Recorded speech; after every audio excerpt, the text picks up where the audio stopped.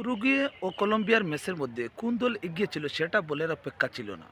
কারণ একের পর এক আক্রমণ আবেগ ছিল এবং রেফারিকে হিমশিম খেতে হচ্ছিল, কারণ একের পর এক হলুদ কার্ড, অবশেষে একটি লাল কার্ডও দিতে হয়েছিল কলম্বিয়ার প্লেয়ারকে। কলম্বিয়া 10 জন প্লেয়ারে নেমে গিয়েছিল, তবে 39 মিনিটে কলম্বিয়া একটি গোল দিয়ে এগিয়ে যায়।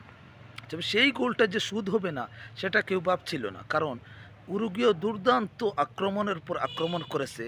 তারা কিন্তু শেষ পর্যন্ত গোল দিতে পারেনি, একটি গোলেই কলম্বিয়া জিতে যায়। কিন্তু একটি গোল কি যথেষ্ট ছিল এই ম্যাচ জেতার জন্য? আরও একটি গোল দিতে পারলে সেটা নিশ্চিত হতো, কিন্তু কলম্বিয়া সেটা পারে নাই, কারণ তাদের দলে একজন প্লেয়ার কমে গেছিল। এবং উরুগুয়েরও সেই সুযোগ ছিল, যেহেতু একটি প্লেয়ার কম ছিল, তারা একটি গোল শোধ করে সমতায় আনতে পারতো। সেটা তাদের দুর্ভাগ্য, তারা পারে নাই। কারণ খেলা যদি সমতে আসতো তাহলে প্ল্যানটি টাইব্রেকারে যেত, খেলাটা টাইব্রেকারে গেলে হয়তো যে কোনো দল জিতে যেতে পারতো। উরুগুয়ে ভালোভাবে ডিফেন্ড করেছে এবং অন্য কোনো গোল যদি নাও দিতে পারে তারা, তবুও তারা খেলাটা এক গোলে এগিয়ে থেকেই শেষ করতে পেরেছে। তো সেই অনুযায়ী উরুগুয়ে ফাইনাল জিতে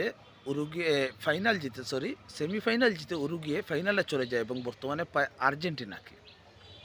আর্জেন্টিনাকে উরুগুয়ে কলম্বিয়া পেলেও সেই ম্যাচটা যে সহজ হবে এমন কোনো কথা নেই, কারণ আর্জেন্টিনা দুর্দান্ত ফর্মে আছে এবং এই ফাইনাল ম্যাচে যে কোনো দল বিজয়ী হতে শক্তি সামর্থ্যের ভিতরে যদি আমরা যাই তাহলে কোনো দলই এগিয়ে নয়, উভয় দলের শক্তি সামর্থ্য বেশি, বরং কলম্বিয়ার চান্সটা বেশি থেকে যায়, কারণ তারা অনেকগুলো ম্যাচ থেকে অপরাজিত।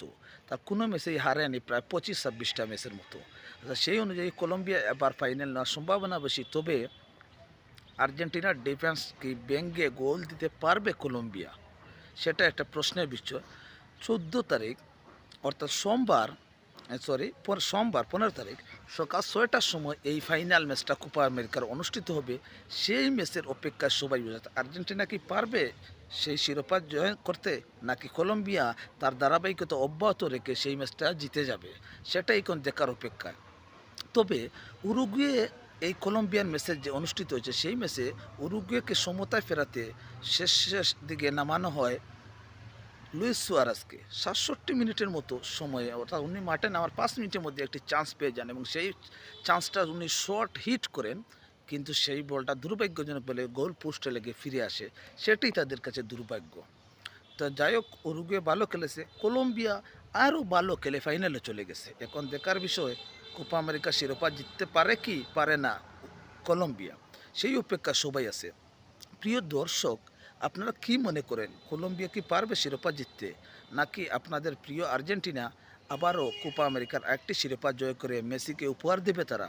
সেই অপেক্ষায় আপনারা আছেন। তবে আপনি কোন দলকে ফাইনালে সাপোর্ট করেন, কলম্বিয়া নাকি আর্জেন্টিনা, তা কমেন্ট করে জানাতে ভুলবেন না। ধন্যবাদ সবাইকে।